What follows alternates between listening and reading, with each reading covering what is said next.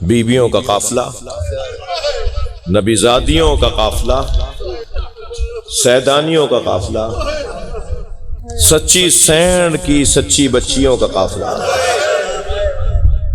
وہ کوفے میں ہے۔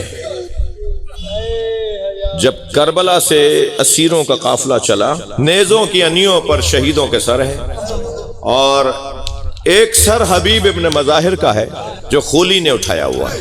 حبیب ابن مظاہر کا بیٹا قاسم ابن حبیب کربلا میں بابا کے ساتھ شہید نہیں ہوا، آیا نہیں، مسافرت میں تھا، بابا شہید ہو گئے، خبر ملی تو نکلا کربلا کی طرف کہ باپ کا جنازہ دفنا دے، باپ کا سر لے کر بدن کے ساتھ جوڑ کر جنازہ دفنا دے۔ رستے میں قافلہ ملا، قافلہ جو ملا تو کیا دیکھا کہ میرے بابا کا سر اٹھایا ہوا ہے خولی نے، تو خولی کے پاس جا کر کہتا ہے قاسم ابن حبیب ابن مظاہر، حضرت حبیب ابن مظاہر رضوان اللہ تعالی علیہ صحابی رسول بھی ہیں، مولا علی کے پکے چاہنے والے بھی ہیں، حسین کے ساتھ کربلا میں شہید ہوئے ہیں۔ قاسم نے جا کر خولی سے کہا خولی یہ میرے بابا کا سر ہے، مجھے دے دے۔ تو خولی نے کہا مجھے شام کے دربار میں انعام ملے گا، میں اسے تو شام تک پہنچاؤں گا۔ تو قاسم نے کہا جو تجھے پیسہ وہاں ملنا ہے وہ مجھے بتا، میں تجھے پیسے دینے کو تیار ہوں۔ اس نے کہا نہیں، مجھے سر تو شام تک پہنچانا ہے۔ جب اس نے دیکھا کہ یہ پیسے لے کر بھی دینے کو تیار نہیں ہے، اسے تو شام کے حاکم کو راضی کرنا ہے، تو قاسم ابن حبیب نے اپنے نوجوان دوستوں کو جمع کیا، جوان دوستوں کو جمع کیا، 10 جوان قاسم ابن حبیب لے کر آیا اور قافلے پر حملہ کیا۔ مختلف سمتوں سے ان جوانوں نے حملہ کیا اور خولی سے سر لینے میں قاسم کامیاب ہوا، اور جب سر لے لیا نا تو اپنے دوستوں کو آوازیں لگانے لگا واپس چلو، جس کا جوان بیٹا زندہ ہو اس کے باپ کے سر کو کوئی نیزے پہ نہیں اٹھا سکتا۔ یہ آواز امام سجاد کے کانوں تک آئی ہے۔ اجرکم اللہ، اجرکم اللہ۔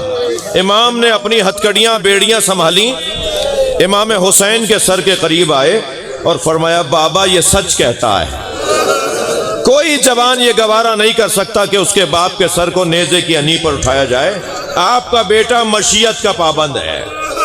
اجرکم اللہ، اجرکم اللہ۔ آوازیں بلند ہو گئیں، مجلس میرے حصے کی مکمل ہو گئی، عزادارو قافلہ کوفے میں داخل ہوا۔ بس ایک منظر اور دیکھ لیجئے، قافلہ کوفے میں داخل ہوا، ایک بچے نے دوسرے بچے سے، اہل بیت کے ایک بچے نے دوسرے بچے سے کہا مجھے بھوک لگ رہی ہے۔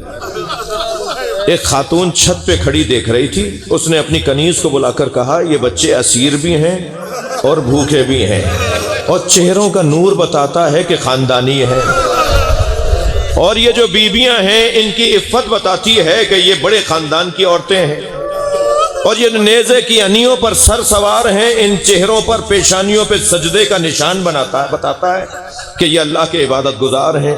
تو یہ ہیں تو کوئی غیر معمولی لوگ، یہ صدقے کی کھجوریں لے کر ان بچوں میں تقسیم کر دے، اور نیت یہ کر کہ تیرا مالک میرا شوہر سفر سے جب آئے تو سالم لوٹ آئے۔ کنیز کھجوریں لے کے گئی، بچوں کے سامنے جب اس نے کھجوریں کی نا، ایک بچے نے صرف ہاتھ بڑھایا تھا کہ دور سے جناب زینب کی آواز آئی الصدقۃ علینا حرام، صدقہ ہم پر حرام ہے۔ اس بچے نے ہاتھ کھینچ لیا۔ اس خاتون نے جب سنا نا کہ یہ تو کچھ اور بات ہو رہی ہے، وہ اپنے گھر سے باہر آئی اور جناب زینب کے سامنے کھڑے ہو کر کہتی ہے بی بی صدقہ تو اہل بیت پہ حرام ہے، آپ کون ہیں جو کہہ رہی ہیں صدقہ ہم پر حرام ہے؟ اب عزیزو ایسے میں کوئی جاننے والا مل جائے، کسی مصیبت میں کوئی جاننے والا مل جائے تو دل کرتا ہے اس سے لپٹ کے روئیں۔ جیسے ہی اس نے کہا نا صدقہ تو اہل بیت پہ حرام ہے، تو جناب زینب نے فرمایا تو اہل بیت کو پہچانتی ہے؟